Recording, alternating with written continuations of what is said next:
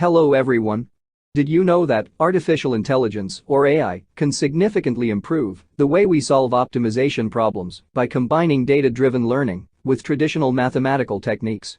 Machine learning models can approximate complex objective functions or constraints that are difficult to model explicitly, allowing optimization algorithms to focus on promising regions of the search space. Reinforcement learning can learn decision-making policies that adaptively refine solutions over time, while evolutionary and swarm-based AI methods explore diverse candidate solutions to avoid getting stuck in local optima. Deep learning can uncover hidden structures or features in data that guide the optimization process, improving accuracy and efficiency.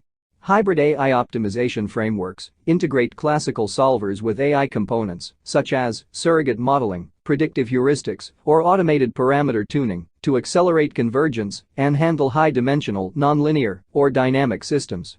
Altogether, AI transforms optimization into a flexible, adaptive, and scalable process capable of tackling real-world problems that were previously too complex or computationally expensive to solve. What do you think about the application of AI to solve optimization problems?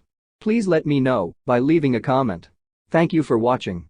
See you in the next video.